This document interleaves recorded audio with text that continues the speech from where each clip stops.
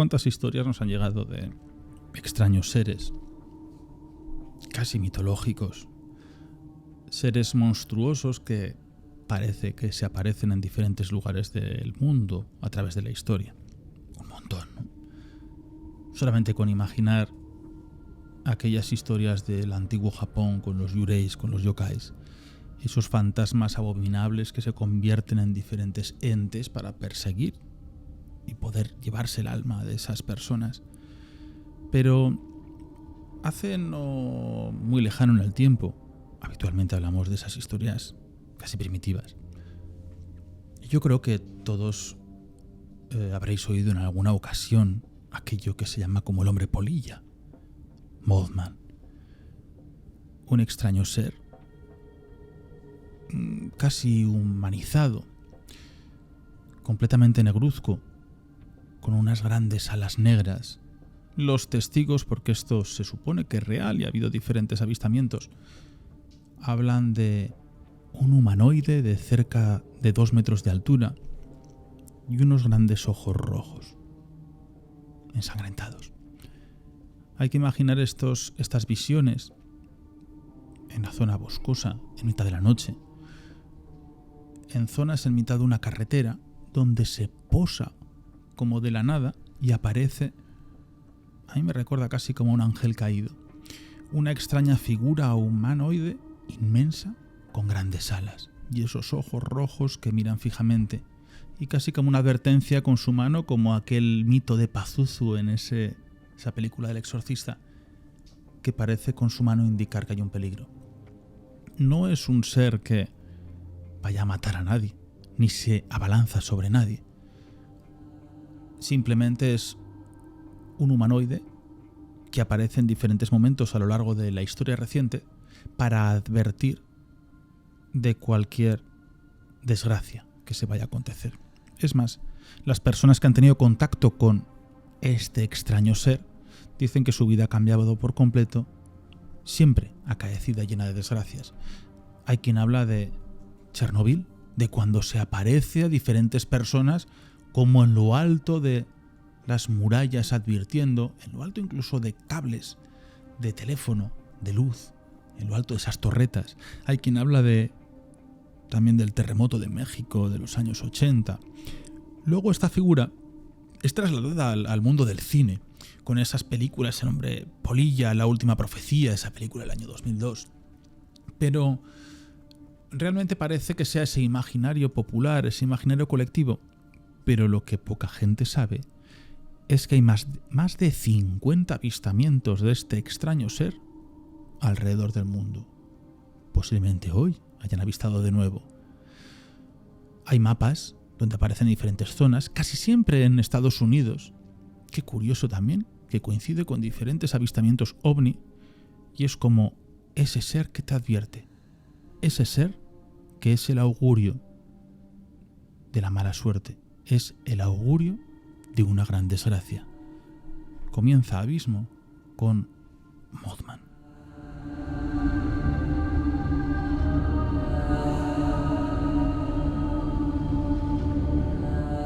Si hay que compararlo con algo, yo creo que uno de los seres casi mitológicos, que también hablaremos, tenemos que hacer algún programa sobre Slenderman, aquel ser que aparecía con esos lánguidos brazos, casi rozando por debajo de las rodillas, hoy perfectamente trajeado. Esto nos recuerda como Mothman, por eso he dicho este hombre polilla que pueda ser esos ángeles caídos, esa especie, para mí casi de deidad, porque me recuerda a los primeros dioses, a esos primeros seres gigantescos, con esos grandes ojos orbitados y a la vez alados. Bueno, puede ser que estemos ante algún tipo de deidad antigua, no lo sé. Puede ser una histeria colectiva, no lo sé. Puede ser un imaginario popular, no lo sé. Puede ser una inventiva, lo veremos. Pero desde luego hay testigos alrededor del mundo que han dicho encontrarse con este monstruoso ser inerte, que no produce daño, que no te va a coger, que no te va a llevar volando con él, que no te va a arrancar las entrañas. Simplemente el que lo vea, que sepa que algo malo va a acontecer. Silvia Ladrero, muy buenas noches. Buenas y abismales noches. Este tema, fíjate que yo lo conocía bastante poco, evidentemente, pues sí, lo había escuchado alguna vez, es uno de los clásicos del misterio, pero no había ahondado en él, así que lo que voy a hacer es compartir mi punto de vista desde la psiquiatría forense, que al final es lo que a mí más me compete, y vamos a intentar buscarle algunas explicaciones a todos estos hechos referidos a Mothman. Bueno, me encanta buscar explicaciones ante hechos acontecidos. Es interesante, sobre todo cuando llegamos a seres que en diferentes formas se han aparecido a lo largo del tiempo. E incluso seres con esos grandes ojos, esa forma alada, negruzca, que también se ha interpretado desde el punto de vista de la Iglesia. Esto es muy curioso. Las visiones hacia angelicales o las visiones de milagros. Cuando hablas con personas que han presenciado milagros, qué curioso que ninguno te preestablece una virgen, una imagen mariana, una imagen cristífera. No, todos te hablan de algo que genera un miedo, pero al final hay alguien que te lo va enlazando y te lo va creando hacia el mundo que tú quieres que se vea. Por eso la psique humana me parece muy interesante. Es decir, pueda ser en una época donde hubo una serie de visiones de unas personas de algo. Quién sabe, igual es una especie animal que no conocemos, igual es alguna especie alada que desconocemos. Ya sabemos que hay especies de pájaros que se quedan 4 o 5 en el mundo. Bueno, pues igual se deja ver de vez en cuando y se alimenta de las desgracias. No lo sé, hipótesis hay muchísimas. Pero claro, que se hayan leído esas noticias y que exista ese contagio por el miedo, puede ser. Lo veremos. Bueno, pues aquí tenemos también a nuestro amigo Daniel Higueras, Mr. Grell, conexión también con esas zonas mágicas. No sé si se suele posar Mothman en aquellos lugares de los ríos primitivos que pudieron surcar las tierras europeas. ¿Qué tal, Dani? Buenas noches, chicos. Pues aquí, de momento no tenemos registros sobre apariciones del Mothman. Me mira Silvia como pero que dice de... ¿Cómo? Que me mira Silvia como que dice de ríos prehistóricos. Bueno, pues tenemos aquí nuestro amigo Rafa Balaguer. Ya ¿Correcto? dijo que a los pies de donde habita Sí. Dani posiblemente fuese una roca de periodos megalíticos. Bueno, megalíticos no, Dios mío, muchísimo más allá de los grandes ríos del mundo. Esa montaña, nunca hemos hablado de la montaña sagrada de Montserrat, ¿verdad? No, habrá que hablar algún día, ¿no? Porque tiene magia, eso sí que es cierto, y mucho misterio también.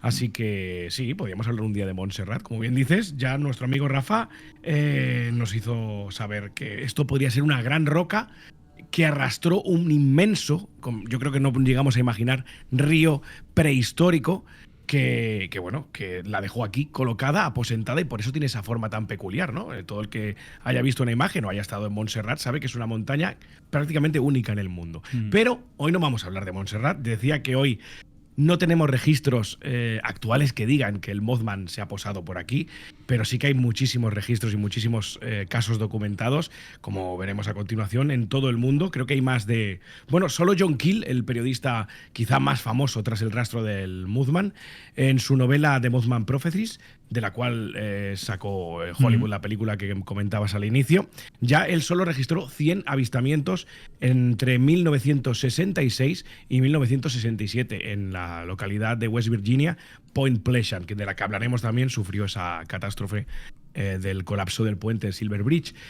El Mothman, una criatura. Hoy es un programa que me encanta porque sabéis que a mí si hay algo del misterio que me apasiona por encima de todo lo demás, de los fantasmas, de los avistamientos ovni, de todos son esos que diría nuestro querido Iker, encuentros con lo absurdo, ¿no? Que de eso también tenemos en España muchos, encuentros con algo que no podemos ni siquiera identificar como conocido y sin embargo se nos aparece, no sabemos muy bien por qué. Pues bueno, pues el Mothman yo creo que puede ser un ejemplo claro de ello. Mira, me parece un dato interesantísimo para Silvia, el que acaba de arrojar Dani, ¿no? Más de 100 avistamientos en poco menos de un año.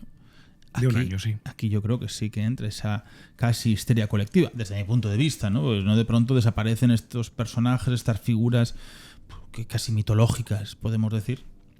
Yo, claro, si hablamos desde el año 66 de las últimas es en los 2000 es muy adentrados, bueno, y sí que podría entender que hay alguna especie que se pueda aparecer. O yo qué sé, si alguien quiere creer en lo sobrenatural, que algo pueda aparecer. Pero en tan poco tiempo, a mí sí que me da esa sensación, Silvia, de esa posible histeria colectiva que se pueda enfrentar la psique humana ante un caso donde tu vecino, el amigo de tu primo, el tal y cual, lo ha estado viendo en unas zonas completamente donde no hay nada, donde no hay nadie. Estamos casi en zonas medio desérticas. Estáis hablando de los sucesos de Point Pleasant, ¿no? Supongo, entre el 66 y el 67. Es que tampoco lo sé. Es entre noviembre del 66 y el 15 de diciembre del 67, que es cuando se produce la tragedia. Es un año y un mes, prácticamente. Claro, lo que pasa que, fíjate, bueno, no sé si queréis a lo mejor explicar primero esa historia, pero partimos de que hay una primera denuncia, pero que es de los últimos avistamientos. Es decir, todos los casos que salieron a posteriori y que se sumaron a esa primera denuncia diciendo hemos visto una criatura terrible, salieron a posteriori. Pues sí, yo también lo he visto, yo he visto tal, yo he visto cual, yo he visto cual. Entonces, para eso sí que hay una explicación social, que si queréis luego lo analizamos, que no tendría por qué ser la histeria colectiva o alucinaciones colectivas. Pero bueno, pero lo podemos analizar. ¿Sí? Dani, ¿nos puedes poner un poco en membrete qué es lo que ocurrió entre este año 66 y 67 del siglo XX, por favor? Sí, claro. Mira, pues nos tenemos que localizar, o situar más bien, en la localidad de Point Pleasant, en Virginia Occidental, en Estados Unidos, en un contexto temporal muy específico, que como bien remarcábamos era ese noviembre del 66 hasta aproximadamente mediados de diciembre del 67. Un año en el que a posteriori, después de que se produjera la catástrofe del colapso del puente de Silver Bridge, que une Point Pleasant con Galliopolis, creo que es, si no recuerdo mal, una cruza el río y une las dos ciudades. Se produjo un colapso el 15 de diciembre en el que murieron 46 personas. 2 de ellas nunca fueron encontradas. Vale, el tema esa es la catástrofe que dijéramos que podríamos casi que equiparar o poner sobre la mesa para decir por qué al Mothman se le conoce también como el Heraldo de la Muerte, ¿no? Porque dicen que se le ha visto en diversas tragedias, o antes de que sucedieran las tragedias. Incluso durante. Hay testimonios que afirman que en el mismo puente, la misma tarde en la que colapsó, se vio esa figura negruzca con esos ojos brillantes, rojos, ¿no? Eso ya no está tan documentado. El tema es, John Keel fue el periodista que se interesó por este caso de estos avistamientos y un periodo después recopiló todos esos testimonios en los que casi 100 testigos, por no decir algo más, relataban cómo se encontraron con lo absurdo, porque es el Mothman, es una criatura que no se le conoce, no existe a priori y que nadie puede entender. Bueno, el primero de ellos, por desmigar un poquito, no vamos a decir todos los casos, vamos a decir quizás los más representativos. El primero de ellos fue de 2 parejas que estaban conduciendo cerca de un antigua área militar estadounidense conocida como TNT, cerca de Point Pleasant, y una noche, bueno, era un área un poco conocida para aquellos escarceos románticos, ¿no? Apartada, donde se reunían los jóvenes y iban ahí a sus cositas, ¿no? Podríamos decir. Pues lo vieron, el que conducía, iban 2 parejas, lo vio como en la carretera a un lateral, esa figura grande, decía que entre unos 2 metros, 2 metros y medio, es una envergadura bastante contundente, y con esa característica de esos ojos rojos brillantes, ¿no? Se asustó, pegó un volantazo, siguió, pasó de largo del área donde se dirigían, y lo que dice que es muy peculiar es que, y ahora viene algo aquí que mucha gente lo da por sentado, pero no sabe por qué, es que les persiguió, ¿no? Esa criatura, esa figura del Mothman, persiguió el vehículo durante algunos metros y acabó quedándose atrás y desapareciendo, ¿no? Imaginaos el terror de esta pareja, sobre todo el conductor, que llevaba algo que no sabía qué era, algo que no podía creer, persiguiendo su vehículo. ¿Por qué se llama Mothman? Hombre polilla en castellano. ¿Por qué? Pues fíjate tú que mucha gente lo conoce como Mothman, pero no sabe de dónde proviene el nombre. El nombre proviene precisamente de eso, porque los testigos primordialmente eran en automóviles y en ese espacio de tiempo que hablamos, del 66 al 67 en Estados Unidos. Y casualmente esta criatura, esta figura, esto, lo que fuera, siempre perseguía los vehículos, como una polilla guiada por la luz del vehículo, ¿verdad? Que va a la lente, a la bombilla del vehículo. Pues por eso se le conoce como Mothman, hombre polilla, no por su descripción en sí, que poco tiene que ver con una polilla, quitando que tenga alas, porque muchos lo definen como algo muy largo, muy grande, unos 2 metros, 2 metros y medio, totalmente oscuro, sin cuello, con la cabeza pegada al tronco, o lo que pueden adivinar que es una cabeza, esos ojos rojos y unas alas que casi superan o doblan la envergadura de la criatura, ¿no? Dices, bueno, eso de polilla, sí, bípedo, es decir, una figura antropomorfa, ¿vale? Pero claro, dices, ¿en qué se puede parecer eso a una polilla, no? Para que le llamen Mothman. Bueno, pues viene del hecho de que persiguiera o aparentemente persiguiera las luces. El periodista John Keel registró todo esto en su novela, como bien decíamos, The Mothman Prophecies, y dejó patentes muchas cosas, entre ellas muchos puntos interesantes, entre ellas también la aparición de unos personajes que ya son muy conocidos en el mundo del misterio, ¿no? Como son los Men in Black, los hombres de negro, que también, según testimonios de aquel momento, se pasearon un poco por Point Pleasant, hicieron algunas llamadas incómodas a muchos vecinos. Estamos hablando de mucha gente que en ese lapso de tiempo pues dijo ver a la misma criatura. ¿Contagio de histeria colectiva, como decía Silvia? ¿Que puede ser o no ser? Pues no lo sé. El caso es que hay mucha gente que lo describió exactamente de la misma manera. Y era gente que se asustó muchísimo con lo que veía. Recibían llamadas a medianoche de una voz que no solían o que no sabían interpretar porque era como una voz distorsionada. Esto lo refleja muy bien en la película de Mark Pellington. Por ejemplo, hay una conversación que es un poco pues una licencia de guión, ¿no? Que tiene en este caso el actor que interpreta a John Keel, Richard Gere, en la película, en la que me parece muy esclarecedor quizás lo que puede estar pasando. Luego apuntaremos por qué y quizás cómo lo podemos enlazar con los daimones. ¿Os acordáis que hablamos de los daimones alguna vez, no ya? Pues cómo podría entrar en ese cajón desastre de los daimones. Tiene una conversación John Keel con esta supuesta criatura, esta supuesta entidad, el Mothman, en el que le dice... John Keel, como buen periodista de raza que es, le pregunta, ¿pero qué es lo que quieres? ¿Qué haces aquí? Y lo que la criatura supuestamente le contesta por teléfono quizás sea más aterrador. Le dice, que me preguntes que qué hago aquí es como si tú intentaras explicarle el sentido de la vida a una cucaracha. Madre mía.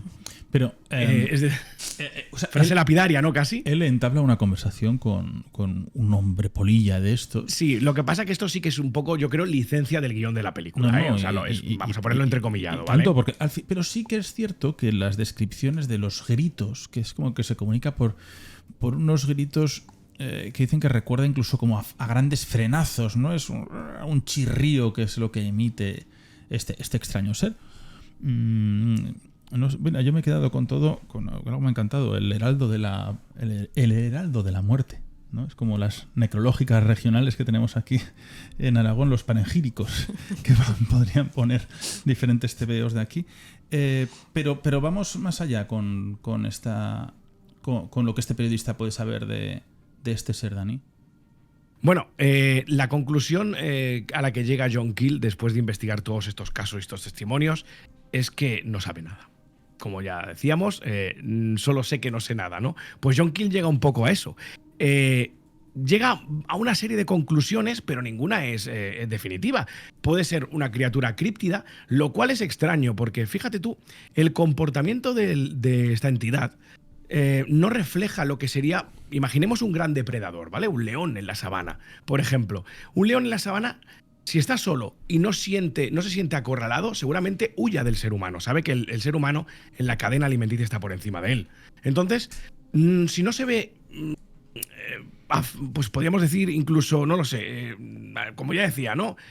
Atrincherado o acorralado, pues no va a atacar, va a huir. Sin embargo, el Mothman tiene un comportamiento diferente para poder catalogarlo de criatura críptida que no conocemos, como podría ser el Bigfoot u otras tantas, ¿no?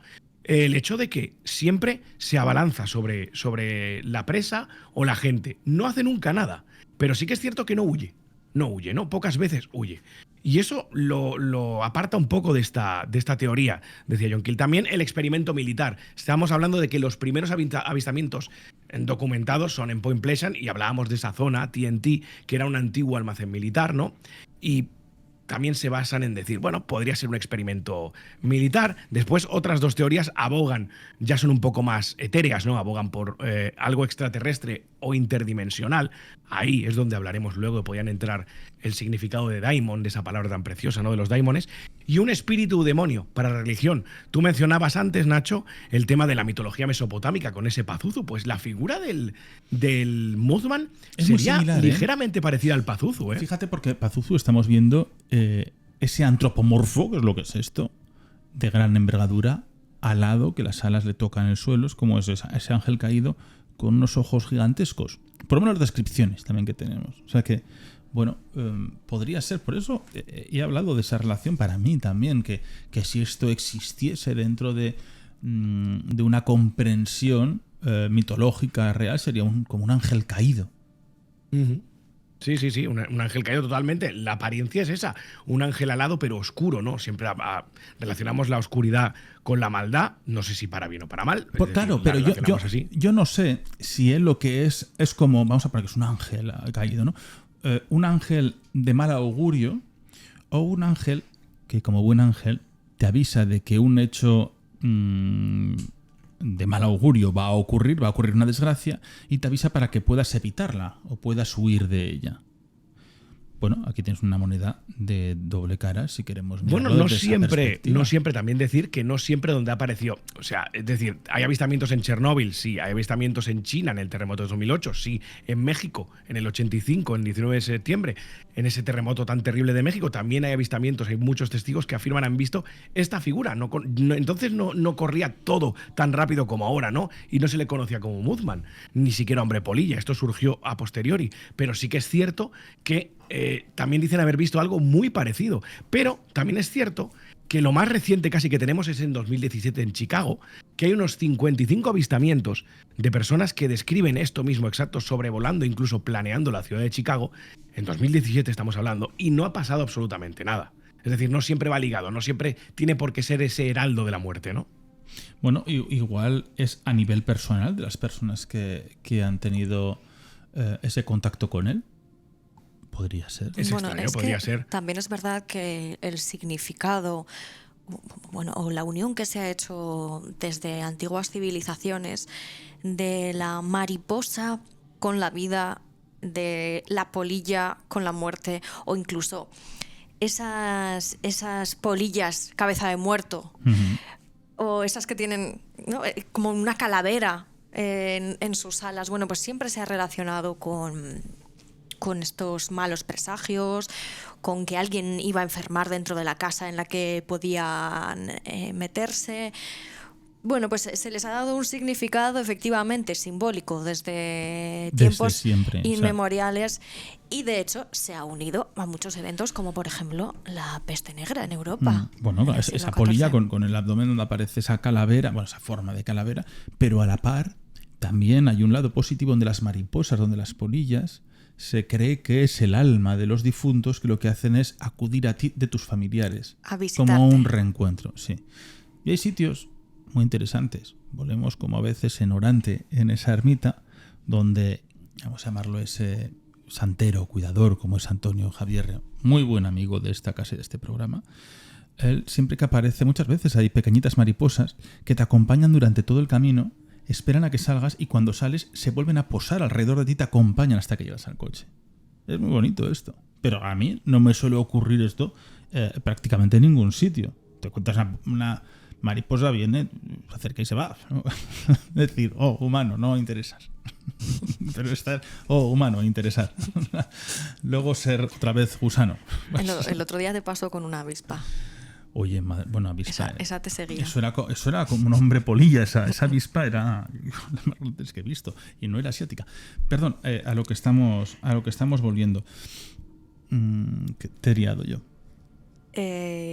No, bueno, a ver, estamos hablando de que o sea, que desde los años 60, que fueron las primeras historias relacionadas como tal con el Mothman, con el hombre polilla, se han repetido en algunas ocasiones, como decís, se relacionó con Chernóbil, con un montón de desastres naturales. Pero en sus inicios, la historia que ocurrió en Point Pleasant, en Virginia Occidental, en el año 66, y que un año después, en el 67, fue cuando cayó ese puente, creo que mató casi a 50 personas, ¿verdad? Creo que Sí, murieron. 46, sí. Bueno, pues vamos a analizar lo que pudo ocurrir allí, porque como comentaba Dani, fue una pareja que iba en coche, los primeros que fueron a comisaría a denunciar: acabamos de vivir esto, nos estaba persiguiendo, no sabemos qué es. Vale, esta es la primera manifestación por escrito y de forma oficial que existe del Mothman. Pero es que a partir de ahí, el resto de vecinos de la localidad o de lugares cercanos comenzaron a contar que ellos también habían visto algo parecido. O sea, como que antes les había dado vergüenza contarlo. O sea, llegaba a perseguir vehículos. Claro, por eso... De ahí lo del nombre polilla. Claro. Esto es como como los ovnis, ¿no? Que persiguen a diferentes vehículos, esas esferas luminosas, hasta que se posan en una zona delante del vehículo y cuando él se da cuenta, es como pues si desaparecen. tuviera esa atracción por la luz, que es por lo que dice Dani, que se le llamó el hombre polilla. Y además también lo describían, no sabían si tenía alas, si tenía una capa, pero sí que era como una figura etérea, que no tenía figura como tal de brazos, piernas, sino algo que no sabían si estaba cubierto o si eran alas, ¿no? Entonces, a partir de ahí empezaron todos los vecinos a decir que habían experimentado situaciones muy parecidas, todo el mundo de noche y casi todo el mundo efectivamente también en coches, ¿no? ¿Qué puede ocurrir aquí? En una localidad relativamente pequeña. Hablábamos de esas alucinaciones colectivas y es verdad que desde el punto de la psiquiatría forense, bueno, pues la posibilidad de que varias personas dentro de una misma comunidad tengan la misma visión o una alucinación, bueno, podría ocurrir. Pero... Bueno, esto lo nombra. Bueno, si podemos hablar del gran psiquiatra, ¿no? Jung, que ya lo habla, ¿no? En el inconsciente colectivo. Podría ser una representación del inconsciente colectivo, ¿no? Claro, pero no es tan habitual como podemos imaginar.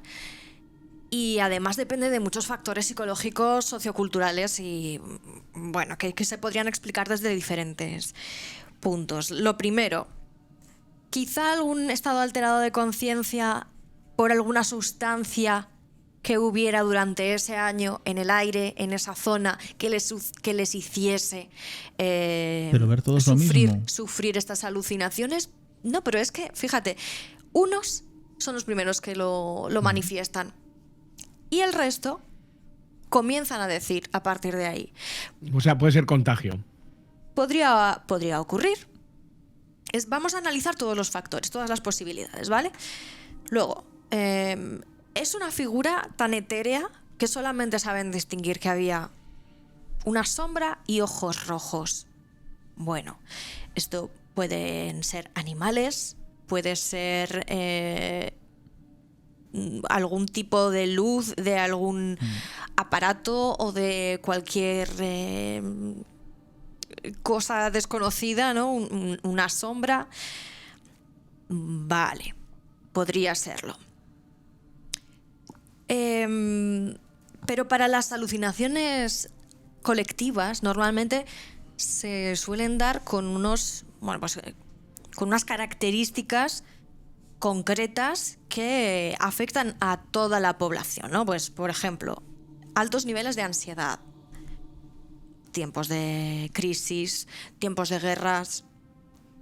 En aquel momento, en el año 66, en el año 67, que es en este periodo de tiempo donde ocurren estas primeras manifestaciones, bueno, estábamos en mitad de la Guerra Fría en esa zona, pero tampoco considero que pudiera ser un estado alterado por el miedo. Vale, sigue. Aunque sí, como ya ha comentado Dani, estaban en una zona militar, cercana a una zona militar, ¿no? Bueno, podría ser ansiedad, miedo, sugestión. Y además ocurre una cosa también muy interesante en las poblaciones, que es el sesgo cognitivo.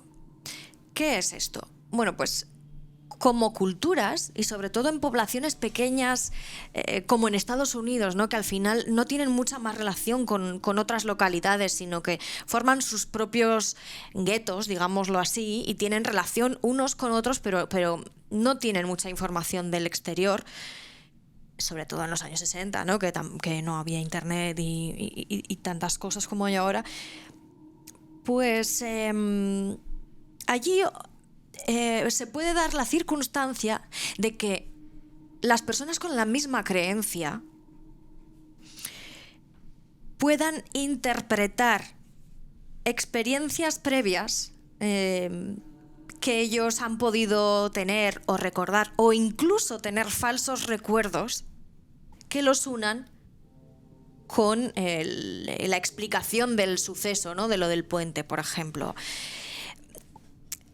Vamos a ver, que expliquemos esto bien. Si tú ves ahora mismo un perro por la calle con manchas blancas, pues a lo mejor no le das mayor importancia. Mañana hay una hecatombe, pasa algo muy grave aquí en esta ciudad, y a la vez alguien relaciona con que justo yo estaba mirando a un perro con manchas blancas y ocurrió esto. Tú vas a decir, a lo mejor ni siquiera lo habías registrado tú en tu cabeza, pero tú dentro vas a hacer el proceso de decir, yo ayer vi un perro con manchas blancas, que es una cuestión completamente aleatoria y que no habrías relacionado con nada malo, con ningún presagio, si no hubiese ocurrido nada, o incluso si alguien no lo hubiera relacionado previamente a ti. Vale.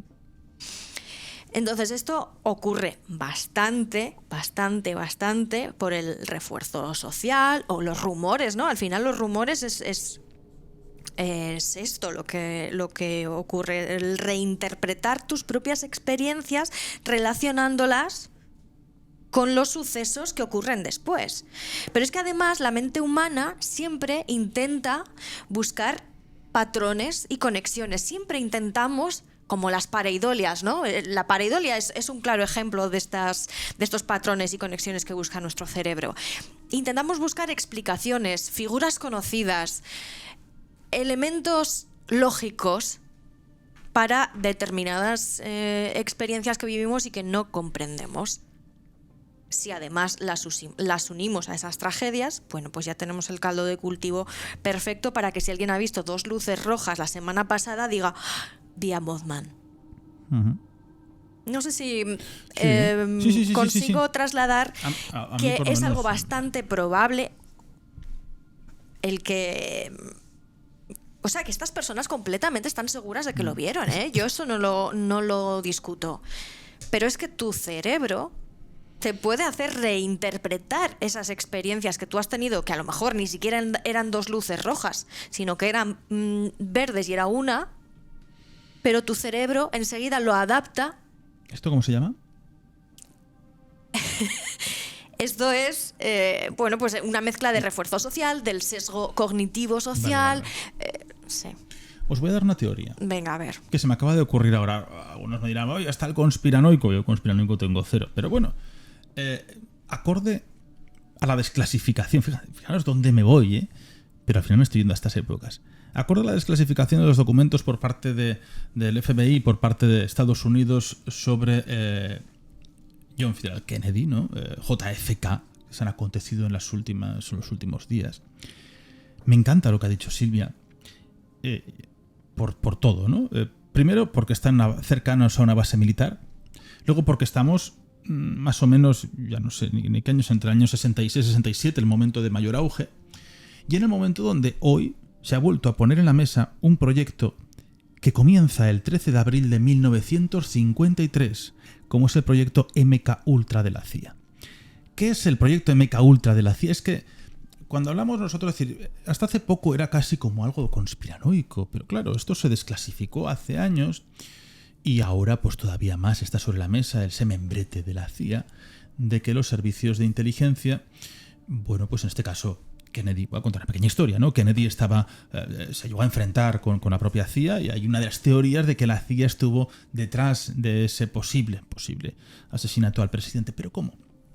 Y está el proyecto, si no busquen, MK Ultra, hemos hablado en algún programa aquí, que consiste en el control poblacional, haciendo diferentes pruebas, en este caso, lógicamente, a Estados Unidos.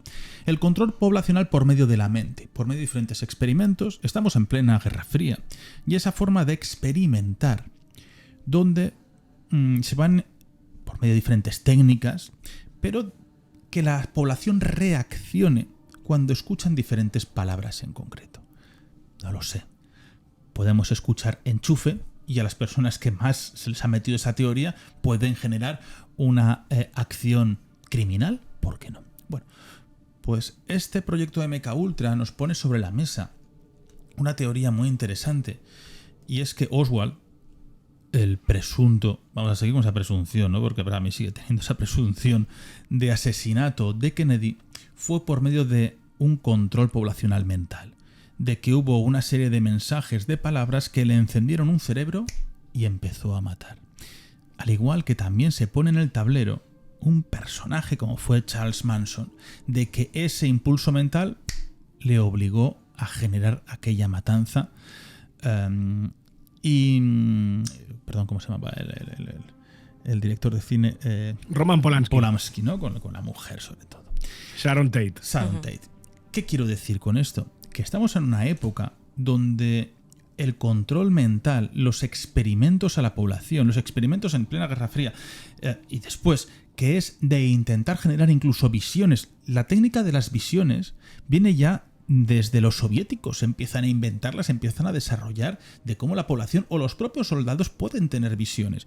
Ojo, porque a día de hoy se utiliza, a día de hoy sabemos que por medio de el ultrasonido o infrasonido se modifica el nervio óptico, vamos a reducirlo, ¿no? A simplificarlo, un mensaje, y ese nervio óptico lo que genera es una onda, poner 26 hercios, que tú empiezas a tener y a ver soldados, personas que no existen, por medio de un sonido que te atraviesa el tímpano y te modifica el cerebro. Es como una lobotomía por medio de la tecnología. Y entonces, ¿por qué no? En mitad de esa época donde está ocurriendo todo ese control mental, legal o no, era bajo mano que estaba haciendo la CIA, pero luego se ha descubierto de que esto era cierto, por su enfrentamiento con el presidente. Si dentro de estos campos de militares podía haber perfectamente experimentos en esas épocas de tú tener visiones de diferentes espectros, de diferentes personajes, no sé, es una, vamos a llamarlo paja mental mía, pero tener esa visión de conseguida de que todos puedan ver lo mismo, eso sería un éxito de una misión, de que todas estas personas, las 100, las 200, vean el mismo personaje por medio de cambios de luz, cambio de sonido o diferentes mensajes por radio. Yo lo dejo. Estamos en auge de todas estas pruebas que tienen el proyecto de MK Ultra. Es muy interesante. Otra de las versiones es que fuese un experimento sociológico, ya no tanto con esa intención militar, sino por... Bueno, militar no, al final la CIA no está militarizado como tal, sabemos que solamente puede espiar fuera de Estados Unidos, pero se utilizaba también esa tecnología y al final dentro de una base donde Estados Unidos experimentaban las ratas, los chimpancés siempre han sido la población. ¿Son hoy? Bueno, es muy curioso todo el proyecto este de MK Ultra, pero en relación con Mothman también decían que podría haber sido algo mucho más básico, más simple, y es que hubieran intentado en la zona, pues alguien disfrazado o con determinadas vestiduras, crear esa alarma poblacional y ver cómo en ese pequeño reducto de este pueblo comenzaban a desarrollar y a evolucionar estas historias. Era pues como un mini laboratorio, ¿no?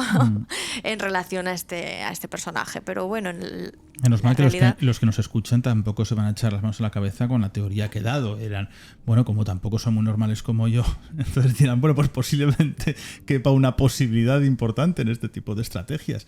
Al igual, bueno, pues el típico tipo del disfraz. Sí, pero ostras, estamos también en un sitio donde todo el mundo tiene acceso a armas. Cualquier tío que vea un personaje así en mitad de una zona boscosa, una carretera, que le pueda generar incluso cierto miedo. Tú sabes que el miedo paraliza.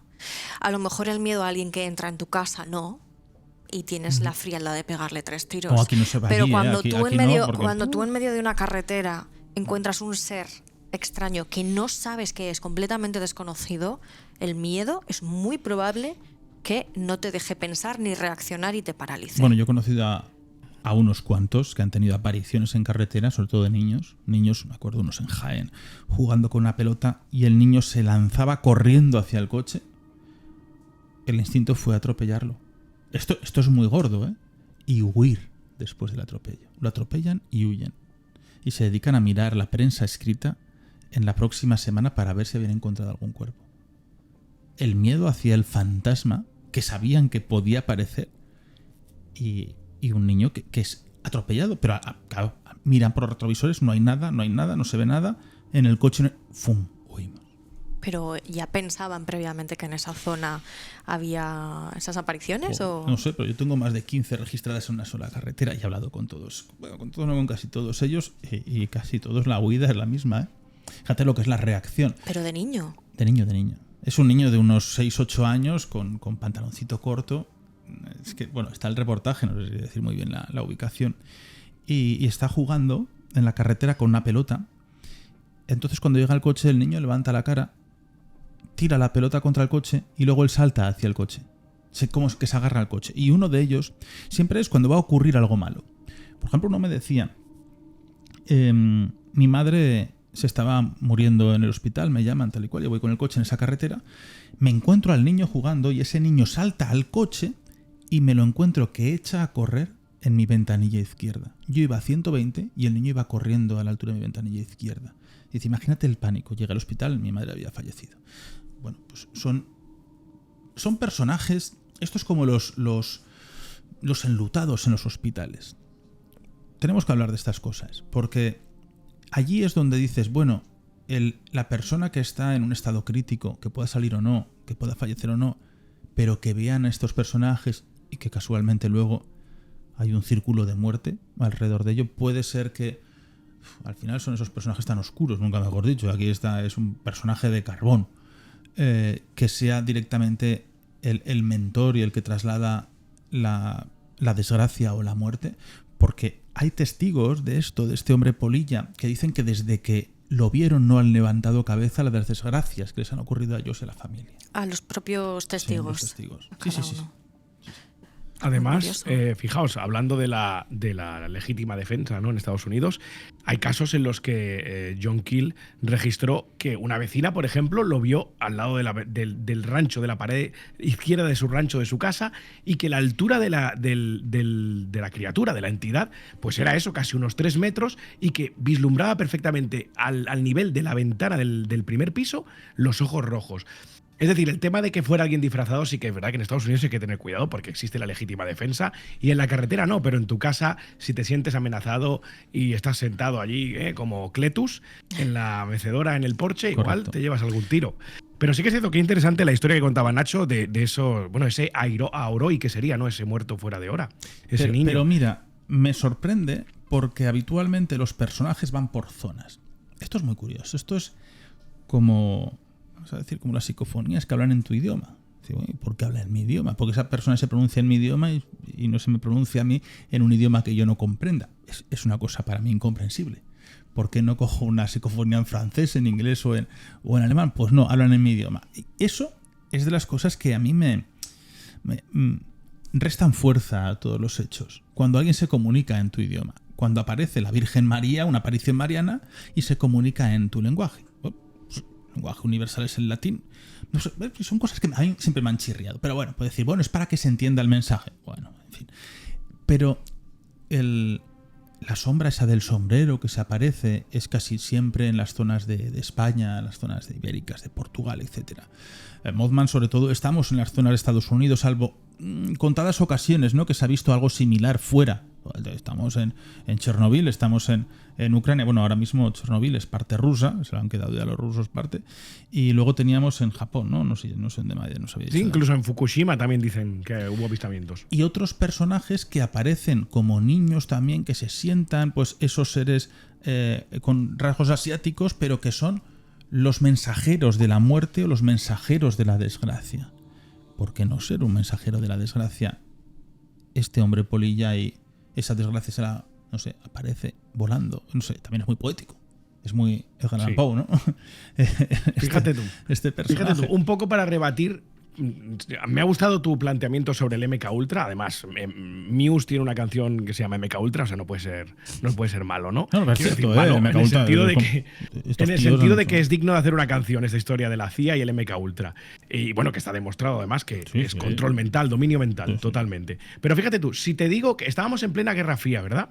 Pero si te digo que aparte de registros y de la tradición oral, podríamos decir, el boca a boca oral, de que los nativos americanos ya hablaban de una criatura semejante al Mothman por esos territorios, por todo el medio oeste americano, y si os cuento una historia que no es tan conocida, fijaos vosotros, ¿no?, pero que sí que sucedió en octubre de 1903, que es el visitante de Van Meter, se le llamó, en la ciudad de Van Meter, en Iowa, en el medio oeste americano. Durante 5 noches seguidas se estuvo apareciendo con creo que llegaron a una docena de testigos diferentes, una criatura, una entidad muy parecida al Mothman, alas negras, cuerpo, o sea, piernas bípedas, antropomorfo también, con una única diferencia, tenía los ojos rojos y todo, pero una única diferencia, un cuerno con una especie de luz muy brillante, cegadora. Bueno, esto incluso hay una supuesta fotografía tomada por un periodista el 1 de octubre de 1903 que anima a la gente a que la busque y la vea en el tejado, podríamos decir, en la azotea de la ferretería del pueblo de Van Meter, y se le conoció el caso como el visitante de Van Meter. Decir que causó una histeria colectiva en la población, y que después de esas 5 noches incluso hubo avistamientos que decían que podía proceder de una antigua mina de carbón en la que se escuchaban ruidos muy extraños, y después de una vigilancia vecinal, podríamos decir casi, ¿no?, donde todos hicieron piña y se juntaron para intentar dilucidar si eso o esa criatura provenía del interior de la mina, pues acabaron viendo que sí, que parece ser que salía de ahí, y sellaron la mina. A día de hoy sigue sellada, y este caso ha quedado para la historia, pero os digo, es una relación muy directa casi, o muy parecida al Mothman, y estamos hablando de 1903. ¿Dónde era? En Van Meter, en Iowa. Cuando me has dicho los indios, digo, verás tú cómo me parece ahora sobre María Jesús de Ágreda, la dama azul, con su bilocación. Que los indios fueron los primeros que dijeron que vieron a esa mujer que se aparecía y a la vez era la monja que estaba en Ágreda. Es una historia que lo hemos contado, no en este, no, en el otro, es que siempre llamamos este cacao de programas. Silvia. Bueno, me recuerda también un poco a la historia o la figura mítica del chupacabras, ¿no? Que bueno, aquí en España es muy conocida, también en otros países, sobre todo en Hispanoamérica es una barbaridad, claro. Pero también lo describen con esos ojos rojos, aunque en este caso no tiene alas, sino que se supone que es un ser bípedo con una especie de garras, ¿no? ¿Sabéis por qué no he hablado nunca del chupacabras? Que me han llegado un montón de historias por la mofa colectiva que hay sobre ello. ¿Por qué? No, está estigmatizado. Es como un meme. Está estigmatizado. Es decir, la gente, a ver, es verdad. Bueno, pues que esto coméntalo en Extremadura, por ejemplo, que allí, desde luego, pero es cierto que hay un montón de casos. Tú te vas a tomar algo con alguien y te dice, pues hace misterio, está en cuarto milenio, y siempre te viene el típico gilipollas. Pues así dice, que hable de chupacabras. Sí, es la típica cosa que te dice, es decir, bueno, tú eres idiota, ¿no? Págate la ronda por lo menos. Pero es la típica frase que te suelen decir cuando estás en este mundillo trabajando, dicen, te voy a venir a hablar de chupacabras. Por eso yo digo, como haga un título, decir, el chupacabras, que me encantaría hacer un programa de eso, digo, pero claro, con la idocia que tenemos en este país y que todo el mundo pues por desgracia hay una democracia para poder comentar todo. No. Ya sabéis que yo en eso soy muy censuraría enseguida. Pero claro, pues hay muchas gracias y muchas risas. Por eso directamente nunca lo he hecho. Pero es un tema muy, muy interesante y que sigue arrastrando en países de Hispanoamérica un montón de casos. Y lo que dices tú en la zona de Extremadura, aquí podemos hablar incluso con Irala J. Espino, con Gonzalo Sarro, todo esto que ocurre incluso en las urdes. Bueno, pues es que tenemos las apariciones de... Ojo, que yo hablé un día de un ser que se conoce como el zorro blanco, que es lo que ocurre en los Pirineos.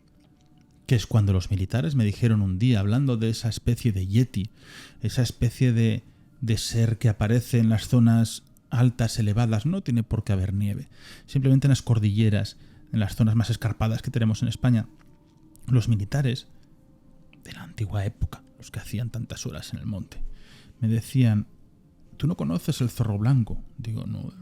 Y dice, el zorro blanco es una especie de antropomorfo, como un ser humano de 4 patas que corre a la misma velocidad que un sarrio. Sarrio sería una cabra montesa más elevada, ¿no? En altura. Y que es lo que para nosotros es como el monstruo de la montaña. Y es un ser que les miraba fijamente. Le llamaban zorro blanco porque era con ese pelaje blanquecino, como si fuese el Bigfoot, como si fuese el Yeti de aquí. Pero en realidad era una especie de bestia, bueno, pues que aparecía en lo alto de la montaña. Un día contaré esa historia del zorro blanco, que es muy interesante, y sobre todo me la contaron a los que se lo contaban, que eran los médicos militares, los que luego tenían que dar explicación a los extraños sucesos que tenían esta gente en las montañas. Tenían que dar explicación y decir, bueno, pues esto es el desgaste físico, es el no dormir en tantos días. Me decían, no, es que estos casos eran al comienzo de las expediciones. Claro, si fuese al final, pues sabemos ya que esa forma prolongada, claro, sobre todo en operaciones especiales, que es la MOE, que es lo que los hace, bueno, lo entiendes. Pero no. Hay historias que no sé por qué luego la gente se silencia y no las quieren contar, o por vergüenza, o... Yo creo que ahora está más abierto ese mundo, ¿no? Al final, a mí hay mucha gente que te sobrepasa, es cierto, de que te ven en sitios y te cuentan su historia personal de sucesos de yo es que vi en un campo esto, yo es que en un bosque me encontré con esto. Y te lo cuentan y tú ves los ojos de esa persona en la expresión y dices, es cierto, o por lo menos para su mente es cierto. Y él se está creyendo y se ha creído lo que ha visto, por lo cual tiene 100% de veracidad. Y eso... Pero claro, al final te cuentan tantas historias que vas recogiendo un poco el testimonio como puedes y lo intentas absorber, pero de esto en España hay un montón de estos extraños seres. Estamos hablando de este imaginario colectivo popular, de ver diferentes personajes, ¿no? Que pueden ser reales o no. Esto ocurrió en Cantabria. Yo me acuerdo cuando investigué en Tresviso, estamos un poco cerca de ese desfiladero de la Ermida, en la zona de Ándara, donde estaba la Osa de Ándara. Estamos en pleno finales del 19, principios del 20. Y los vecinos... Pero tú no lo estabas investigando a principios del 20. No, pero esto lo investigué con todos los vecinos. También. Y fuimos los primeros que dijimos que era. No. Esto es un caso triste. Esto es una mujer que todos los vecinos le tildaban de que era una mujer oso. Era un antropomorfo. Era una bestia. Era una bestia que le daban ganado vivo. Y la diversión era tirárselo a esta mujer con hirsutismo bestial. Le tiraban el ganado para que ella lo fuese arrancando las cabezas y los comiese vivos, ¿no? Los matase el ganado. Y ella vivía en Ándara, es una zona de minas, ¿no? Pues las minas en esas zonas de los picos de Europa durante el invierno bajaban las poblaciones abajo, al final son pequeñas ciudades arriba, y en verano trabajaban. Bueno, pues en ese invierno es donde le hacían huir a esa mujer oso, porque era un oso, era una osa, para que viviese dentro de las cuevas, dentro de las minas. Y lo único que tenía para comer eran los ganados. Hasta que un periodista empiezan a investigar, empiezan a indagar y se ven diferentes casos de hirsutismo en la zona. Y claro, el hirsutismo, pues imagínate, esto era carne de circo, ¿no? La mujer peluda. Esto era un clásico. Y consiguieron matar de pena y de tristeza y matarla a una mujer que era la diversión en esas zonas, pero no porque se quisiesen divertir de ella, sino porque le consideraban un animal, porque era un oso. Y de ese oso entró el pánico de la mitología y se convirtió en una seña de la mitología cántabra, que es la Osa de Ándara. Y hay dos temas de esa mitología que dan mucha tristeza, ¿no? Uno es Francisco la Vega Casal, el hombre Pedaliérganes, que da mucha pena esa historia, y otra, la Osa de Ándara, creo que la he contado alguna vez, es muy amplia esta historia, pero cómo llegamos hasta toda la hemeroteca y cómo llegamos a los vecinos a hablar y me empiezan a contar pues de las mayores, las ancianas, de que sus padres la vieron, sus padres estuvieron con ella, y el miedo que pasaban, porque era una mujer oso. Y el miedo era que llegase al pueblo a comerse a los niños. Son historias tremendas. Pero esto existió y ocurrió. Quiero decir, que esa especie de habladuría, de engrandecer en el imaginario de los vecinos, ocurría tener fobia, tener miedo y que nadie saliese por las noches hacia las zonas elevadas porque había una mujer convertida en oso. Y al final, pues era una pobre vecina de esas localidades que tuvo que huir porque tenía hirsutismo. Y he visto casos hoy de un hirsutismo tremendo por aquellas zonas. El daño que llega a hacer la ignorancia, ¿no? Sí. Antes y a día de hoy también, de otra manera, pero hace el mismo daño, ¿eh? El ser ignorante y el no conocer. Pero bueno, hoy no abrirse tiene, a otras sin cosas, duda, claro, hoy sin duda es un símbolo, ¿no? de aquellas zonas fantásticas, maravillosas, que les quiero y les admiro. Pero bueno, al final cuando tú indagas en el bestiario español, el bestiario español merece la pena que lo toquemos porque es riquísimo, lo hemos hablado muy poco de él, pero todo el bestiario español, al final hay una historia tremenda de tristeza detrás de ese primer personaje, porque ese primer personaje monstruoso existió, y ese monstruo existía, y ese monstruo tenía un problema físico, y de eso a puñados. Pues también lo del chupacabras y otros tantos. Bueno, Dani, oye, querías hablar de Daimones, ¿no? Que me lo has lanzado allí. Sí. Bueno, pues perdóname. Sobre todo hablar. Sí, perdona. Sobre No. todo hablar de un caso donde hemos estado comentando casos de flagrante ridiculez y sinvergüencería, pero, por ejemplo, que no quería acabar sin nombrarlo, está el Mothman, también conocido el Mothman de Cornualles, en Inglaterra, donde en el 76 también hubo unas diversas apariciones, hubo como un pequeño brote también, como en Point Pleasant, de esa criatura, pero la definían un poquito diferente, ¿no? Decían que era como una especie de búho grande, búho gigante con los ojos rojos, muy negruzco, con las alas un poco grisáceas. Y esto ocurrió en Cornualles, es decir, en el otro punto del Atlántico, ¿no? Diferentes lugares, casi mismos avistamientos, y esto nos lleva directamente a lo que comentabas, Nacho, ¿no? Pues los Daimones. Vamos a hablar de Daimones, pero para ello te voy a poner una música Daimon de nuestro músico de cabecera, Iker Jiménez, y sobre este fondo.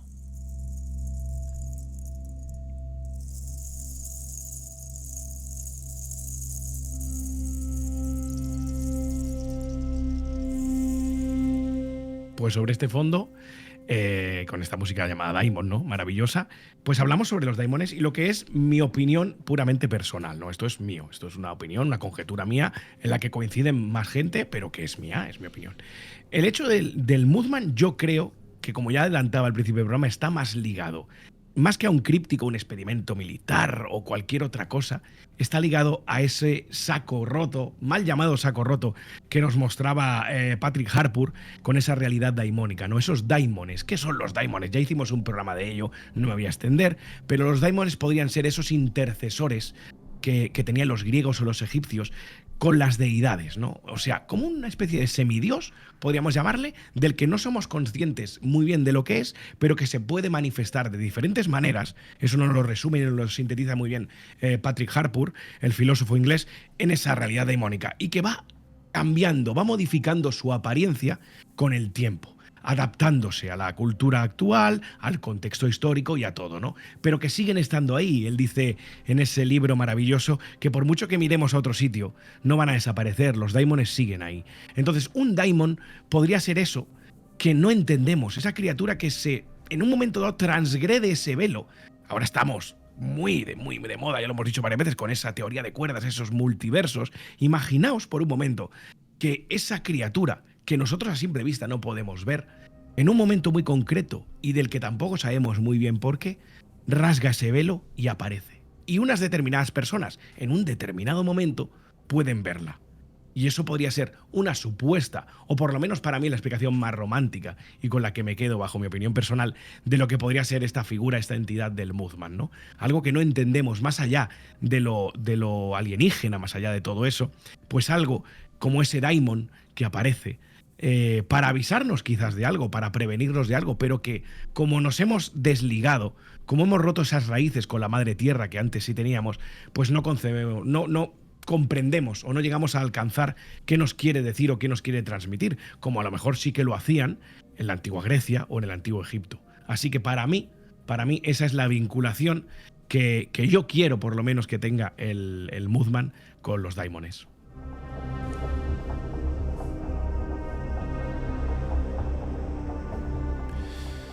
Bueno, Silvia, ¿algún último tema así para ir encauzando el final de Yo tengo Mothman? una duda existencial.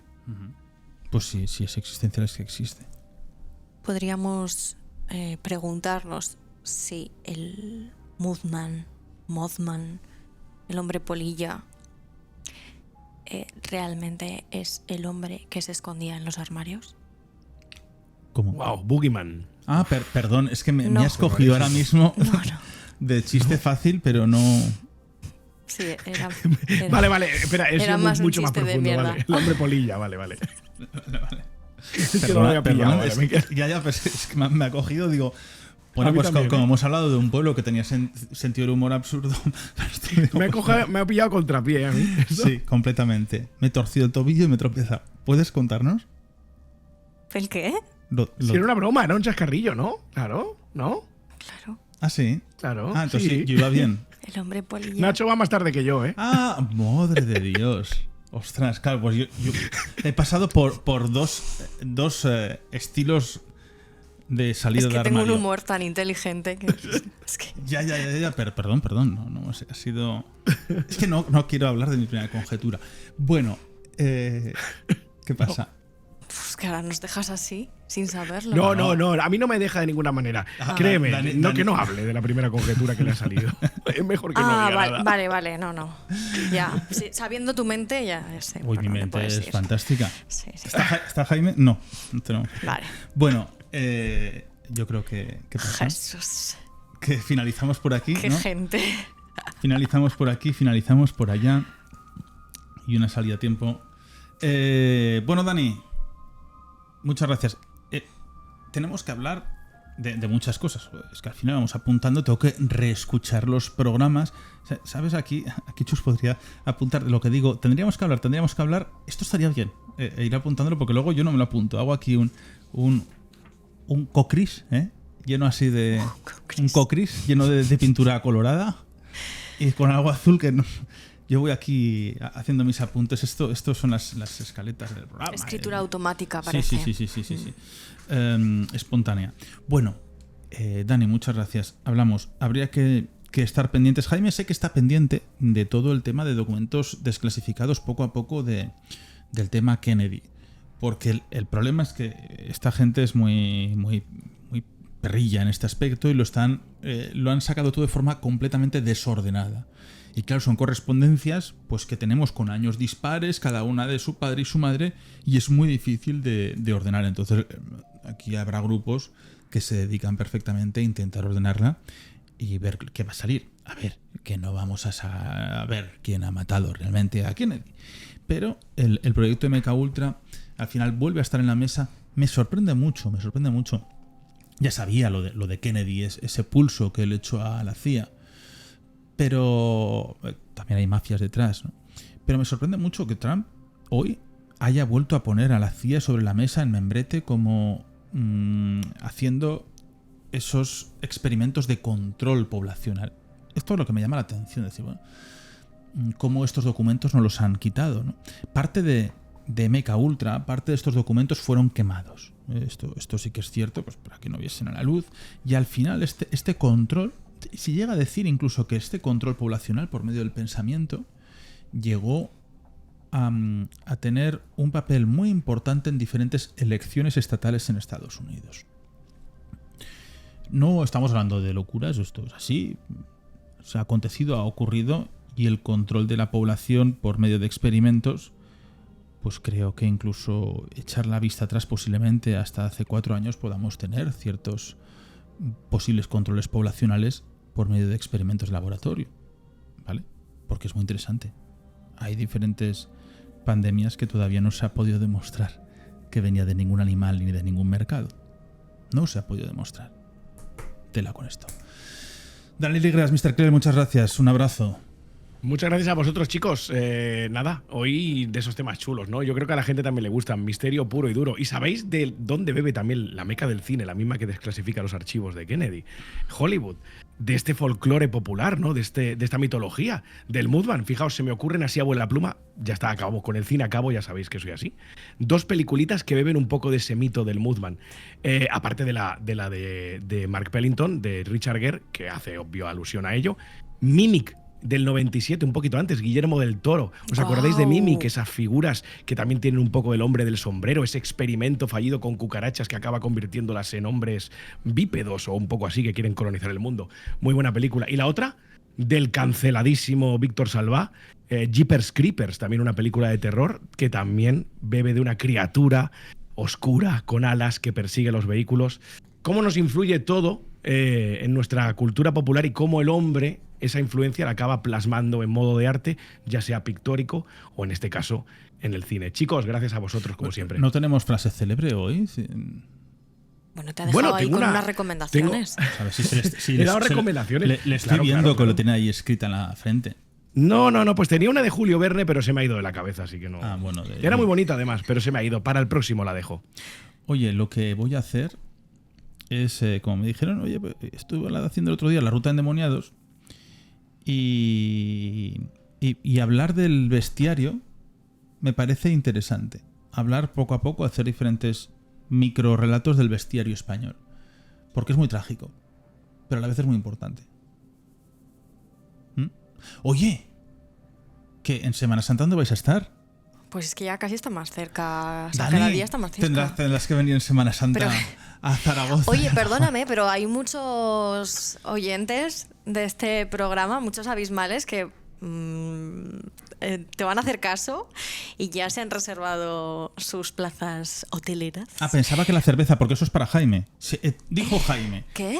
Dijo Jaime que todo aquel que le escriba a su Instagram diciendo que viene en Semana Santa en Zaragoza, Jaime les invitará a una cerveza. Bueno, es que de cerveza hecho hemos quedado. O cualquier tipo de refresco. Hay un reducto abismal que sí que vienen para disfrutar de la Semana Santa aquí en Zaragoza. A Zaragoza. Patrimonio mundial de la UNESCO. No, es fiesta de interés turístico internacional. 2 muy importantes: la del Bajo Aragón y la de Zaragoza, la ruta del tambor y del bombo, que tanto insisto en ella, que cualquiera puede ir a tener esa experiencia, cualquiera.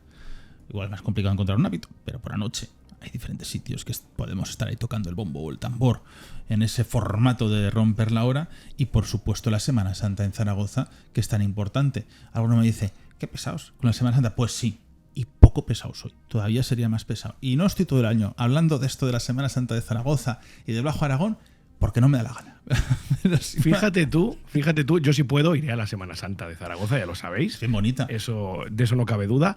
Pero fíjate tú lo que son las cosas. Hablabas de los tambores, hablabas del tambor, del retumbar. Y oye, qué curioso. Es que esto me parece una sincronía maravillosa. Es que me ha recordado la frase de Julio Verne que no me acordaba. Pues yo te iba a decir que pensaba que me ibas a trasladar ahora al chamanismo. No. Con el tambor como elemento ritual. Era, si no hubiera truenos, el hombre tendría muy poco miedo a los rayos. Por favor. O sea, imaginaos. Esto lo dijo Julio Verne. Y el retumbar me ha llevado a los truenos y me he acordado de la frase. Chicos, gracias. Oye, pero ahora que estábamos hablando de la Semana Santa de Zaragoza, ¿qué es primero, el trueno o el rayo? Primero es el rayo, después el trueno, ¿no? Aunque en realidad es a la par. Sí, pero el sonido va mucho más lento. Bueno. Precioso. Pues el retumbar. Oye, ¿queréis que os haga una relación de los tambores con los chamanes? No. Corta. Porque en las cuevas se utilizaba. Bueno, eso, que Dani, que te vengas en Semana Santa, hombre, que te llevaremos ahí de Iglesias con Jaime, que es uno de los mejores guías de la Semana Santa de Zaragoza, y que os contará anécdotas en su anecdotario personal. Atención, hará diferentes anécdotas. No tenéis ni idea, os voy a contar yo aquí las historias. Y es muy majo verlo también vestido con hábito. Merece la pena. Silvia. Doy fe. Un abrazo. Hasta la próxima Claro, semana Silvia, más. ¿qué va a decir ya? Si lo decimos todos nosotros, la pobre ya pues dice, bueno, un abrazo y nos a tomar por saco. Bueno, Si venga. quieres te cuento otro chiste, pero vamos. Hablamos. Hasta la semana que viene. Adiós.